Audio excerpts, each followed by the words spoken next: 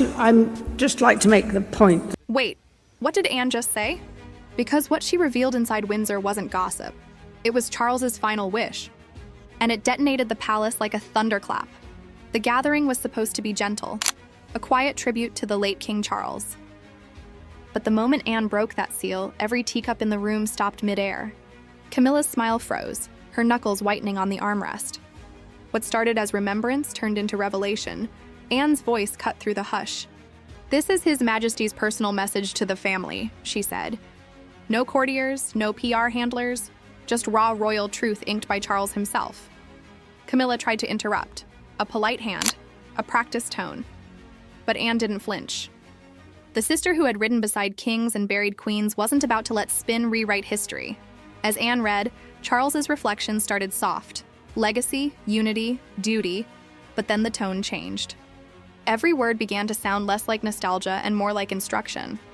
And when the final line landed, the oxygen left the room. Camilla blinked once, twice, then collapsed. Gasps, chairs scraping, aides rushing, and a silence so heavy it felt holy. Because that letter didn't just end a chapter. It rewrote the crown's entire script. No public confirmation as of now. To understand why those words hit like lightning, you have to go back to Charles's last months behind closed gates. The world saw speeches and smiles, but inside his private study, the king was drafting something darker, the truth he never dared to speak aloud.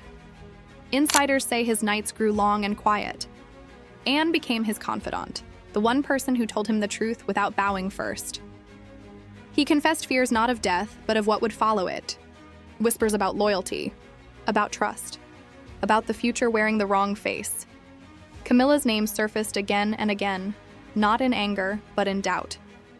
Could she protect the monarchy's soul, or would ambition devour it? Anne listened, notebook closed, expression carved from stone. And then one night, under lamplight and fatigue, Charles began to write. Not a speech, not a decree, a letter. His final reckoning in ink, Anne became his witness, and his vault. He handed her the sealed envelope with only 7 words. Keep it safe. You'll know when.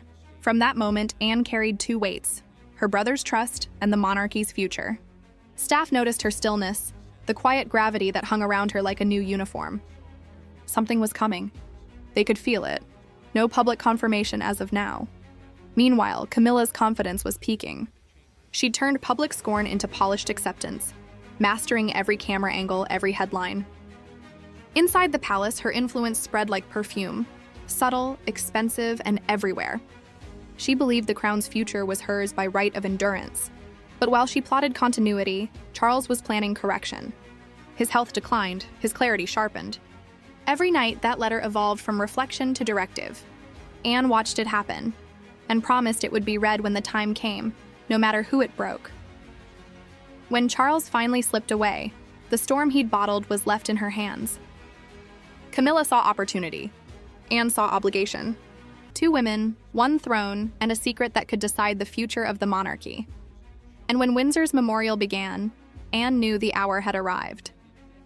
She unfolded that letter, and history exhaled. When the echo of Anne's final word died, the palace wasn't breathing. It was calculating. Camilla's collapse wasn't only physical. It was symbolic. The crown she'd fought to secure had just slipped through her fingers. Inside those marble halls, panic bloomed like wildfire. Aides whispered. Advisors vanished into side rooms. 2 centuries of tradition had just been rewritten by a single page of ink. Charles's letter left no space for interpretation. Camilla would step back from royal affairs, completely. No half-titles, no Queen Emerita, no shadow reign from behind velvet curtains. He thanked her for companionship, then stripped her of power with grace sharp enough to cut glass. And then, with devastating clarity, he named the future. William and Catherine.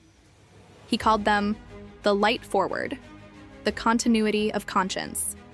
He appointed Anne as the anchor of the crown's integrity. Those lines landed like cannon fire. Protocol shattered. Hierarchy realigned itself overnight. No public confirmation as of now. Within hours, Windsor became a war room. 2 camps formed, Camilla's loyalists, who whispered about loopholes and legalities, and Anne's guardians, who treated the letter as holy writ. Palace lawyers argued until dawn. Could a king's private words outweigh centuries of statute? Could emotion become law? But even debate has gravity, and Charles's handwriting pulled everything toward inevitability. William, who had sat silent during the reading, finally stood.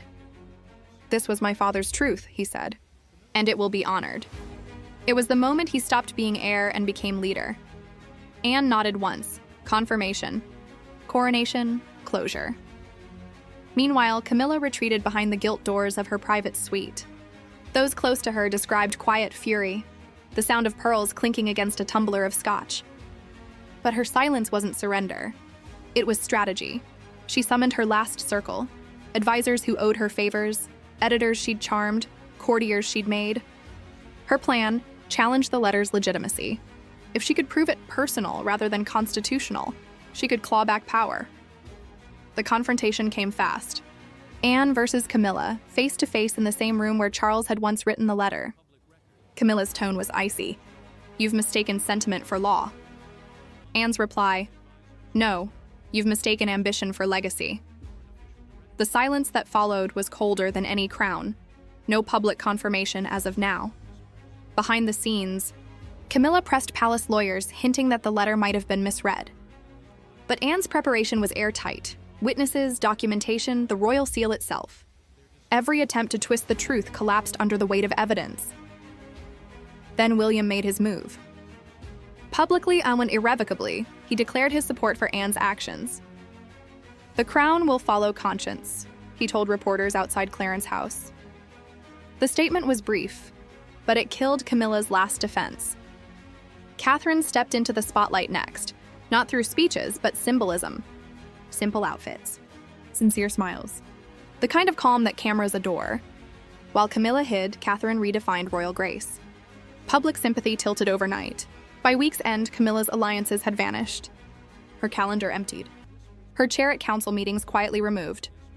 The woman once called the survivor became a ghost haunting her own palace. Still, she refused a public breakdown.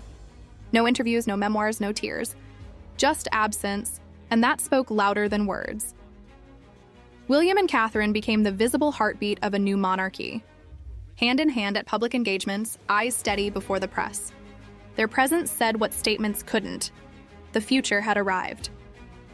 Anne watched from the edge of every frame, not triumphant, just resolute. She wasn't the new power. She was its compass. No public confirmation as of now. Months later, Britain adjusted to the silence of a palace reborn. Camilla retreated to Raymill House, seen only through half-closed curtains. William and Catherine carried on, reshaping the monarchy with transparency and restraint. Anne ensured Charles's final wish became living policy, not just family folklore. And across the nation, one question lingered in coffee shops and comment sections. Was this Charles's last act of love, or his ultimate act of defiance? The answer may never be known. But his legacy is clear: a crown cleaned by conscience, rebuilt on truth, and handed to hands that hadn't asked for it, but earned it. What would you have done if you were in Camilla's place? Would you fight or let the truth stand? Important. This video discusses public speculation and commentary. These claims are unverified unless otherwise noted.